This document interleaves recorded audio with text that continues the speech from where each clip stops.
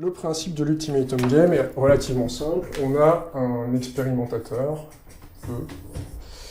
On a deux cobayes, on va dire, A et B. Donc E va donner 100 €, on va dire, à A.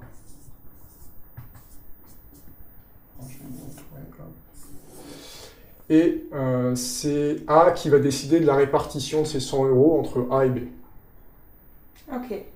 Donc il peut décider par exemple de garder 80 pour lui et de donner que 20 à B. Alors je vais essayer de peut-être d'écrire plus gros parce que je ne sais pas si on voit bien la caméra. Par contre c'est B qui a le pouvoir de décision de dire ok le deal me convient, et dans ce cas-là ils repartent chacun avec leur somme. Ouais. Et s'il dit ça ne me convient pas, à ce moment-là ils repartent tous avec 0. Ah, donc il a le choix d'avoir 20 ou 0. Exactement. S'il dit non. Et l'autre va aussi... Ok, d'accord. Voilà. Et donc, il y a de nombreuses études qui ont été faites autour de ce jeu-là, et ils ont découvert, les scientifiques qui ont fait ça, que on prend vraiment des décisions irrationnelles, dans le sens où, si on analyse à chaud, on a l'impression de se dire, oui, B se fait arnaquer, c'est injuste, donc ça semble normal qu'il refuse le deal.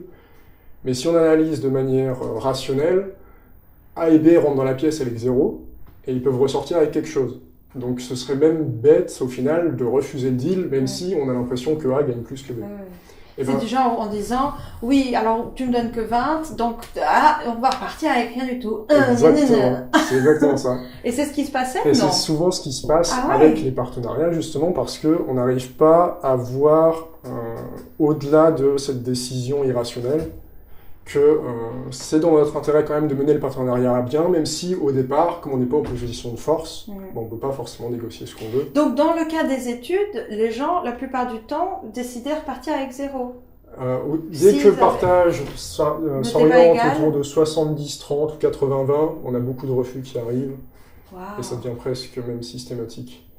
Et ils ont même fait le test, je crois, dans des pays du tiers-monde, où ça représente une année de salaire, enfin je sais plus, mais c'est une somme énorme, et le même phénomène se produit, parce que le concept de l'injustice est insupportable de manière universelle. Ça me fait penser.